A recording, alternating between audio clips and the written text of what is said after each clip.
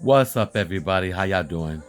I just wanted to come and give you a view of some of the upgrades that I've made to my Glock 47.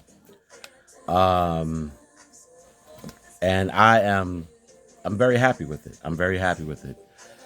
First, I will show you that these firearms are clear. I'm gonna be giving you, showing you another firearm, but it's also clear, and I'll show you when I get to that.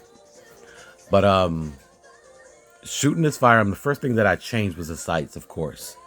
Um, I'm a Glock guy. I've been a Glock guy for a long time. I was issued Glocks in the mid to late '80s when I was on the job. Um, we hated them. I'm not going to even lie to you.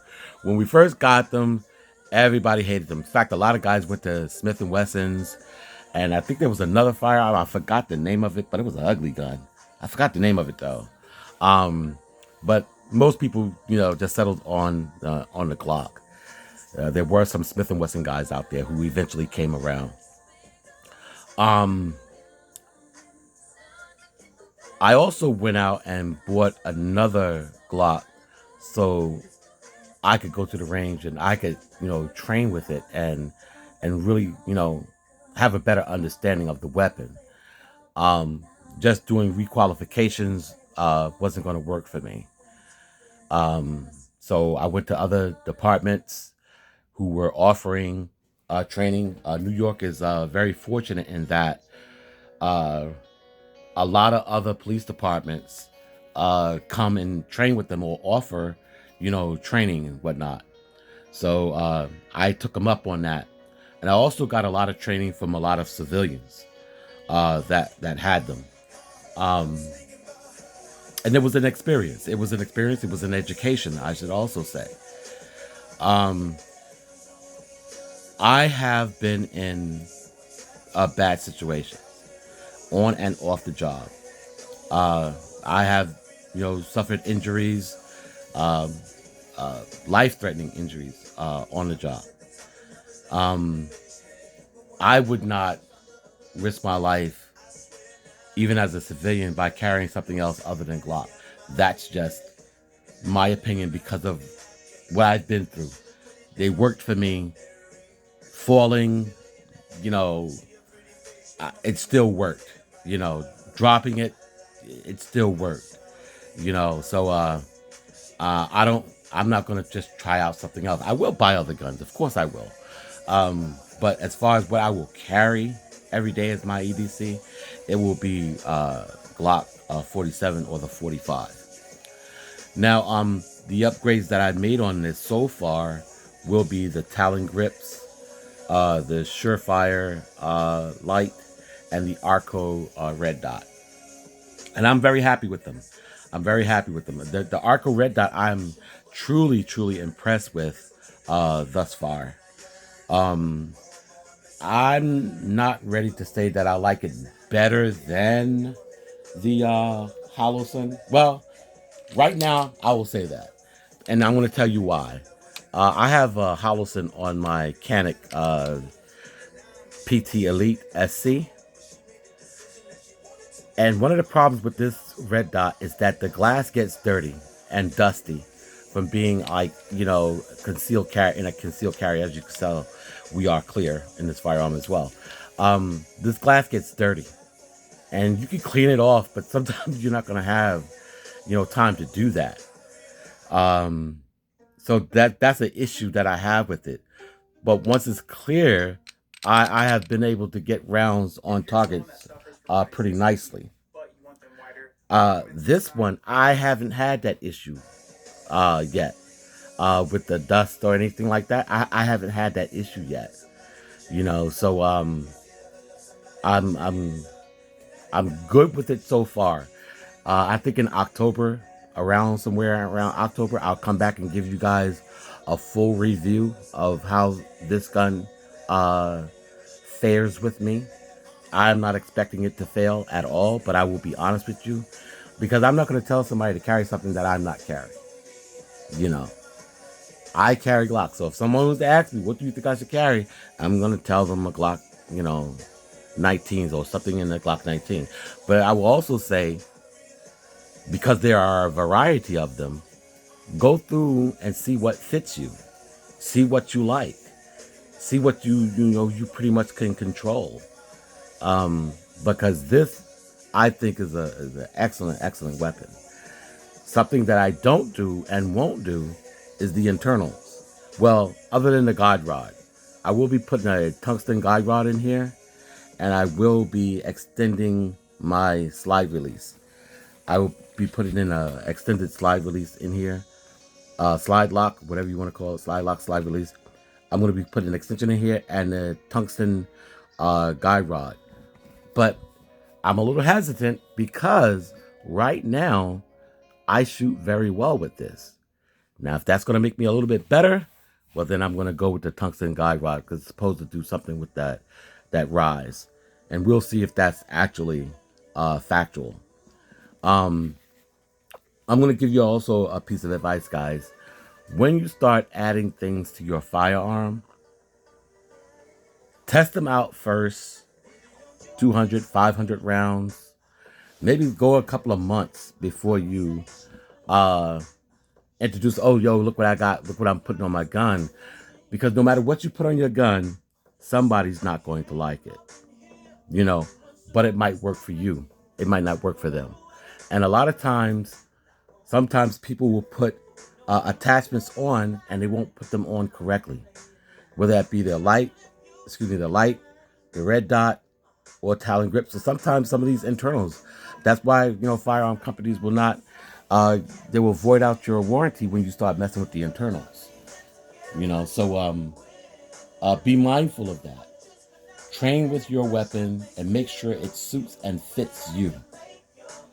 Go to trusted sources who are, experienced, in whatever it is that you're trying to do with your firearm. The individuals that told me about the Arco, this is what they carry, this is what they've been carrying, and they've been carrying them for a while, and they're impressed with them. And these guys can shoot. They shoot better than I do. And when people are putting on their Talon grips, a lot of times people are not following the directions when they put on their Talon grips. I didn't just use a little tiny little alcohol swab that comes with it, so that you clean off your grip. What I did was I put gloves on as I was told. I watched a guy on YouTube, and he was a competition shooter. He was also a police officer, and I am fortunate to where I can, have conversations with him from time to time. And one of the things that he did point out to me was like, try the Talon grips. And so I know some officers that's here. They be at the police officer's range, at the sheriff range. And I'm fortunate enough, I guess because I'm retired, that I can go there and I can shoot.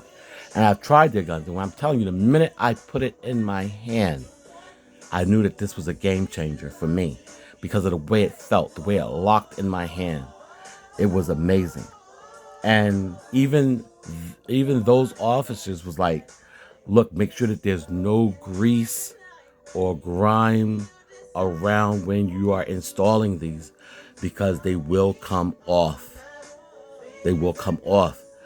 He said even like when you're with your hands, the oil from your fingers and stuff, he said put gloves on when you're doing that installation, because they will come off. And he said the next thing is make sure that you are applying the correct amount of heat, and leave it on for a minute. He said don't just blow dry it for a few seconds and then take it off.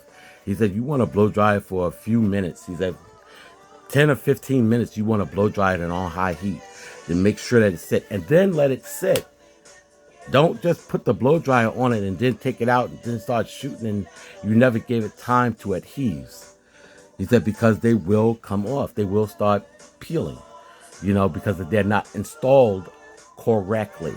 So, understand when you're putting things on your firearm, make sure that you're following the instructions as they are given or written, because the last thing that you need is to be in a situation and you start having malfunctions like that, with not being able to grip your gun properly, or optic, or your light, or whatever it is that you're doing. Make sure when you're installing things on your firearm that you are doing it by the book. Okay? Um Again, I think I said it in October. I'm going to come back and I'm going to show you the installation of. I am doing the slide, the extended slide release. I'm doing that, and I'm going to do the tungsten. Tungsten might be something that I do later on, but by the time that I uh, bring you guys the video, I will have put some rounds down range, and I will know if that's something that works for me. Again, it may work for me, but it may not work for you. And the last piece of advice that I want to give: don't go out trying to buy the latest and greatest. That is the worst thing that you could do. And a lot of times I see people want to be the first one to get it, the first one to get it.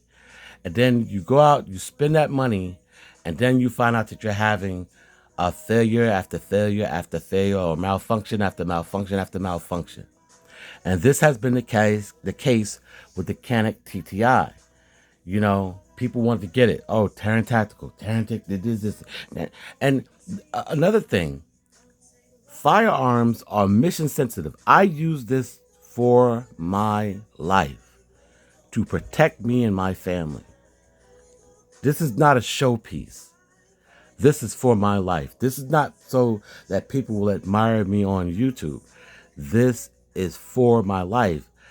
That firearm, like all other firearms, are mission sensitive. They're made for a specific function. That gun is made for competition shooting.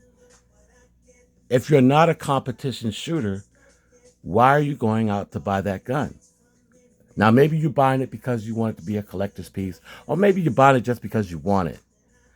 But understand that these things are mission sensitive. They're made for a particular purpose, for a particular engagement, so understand that as you move forward in your journey in the firearms industry or community. And I believe that that's it. Ladies and gentlemen, I bid you adieu. Y'all have a great day. Stay safe. And another thing, on a personal note, life is short, people. Most of you may know, and if you knew, you may not know, but I have kidney failure issues. And I'm on dialysis. I'm going through that or whatever. And I only say that because a young man that I knew passed away. And life is so short, people. And especially, my group is for my brothers and sisters. And to my brothers, stress is a killer. Stress is a silent killer. You're walking around here, you're mad, you're pissed off. That is eating away at you. Please don't allow people to mess with you like that. Don't let people get under your skin. Have a thick skin, bro. Have a thick skin. And don't have those people around you. I have no problem blocking people, taking people off my phone list, getting them off my email list. I mean, when I cut you off, I cut you off. And you guys have to start doing that. It bothers me seeing young men losing their lives because they're bombarded with things that they don't know how to deal with. And if I hope it's believe me, I think it's some really good advice. If you have to go talk to somebody, talk to somebody. But don't allow stress to rule your life. Please. Peace and blessings.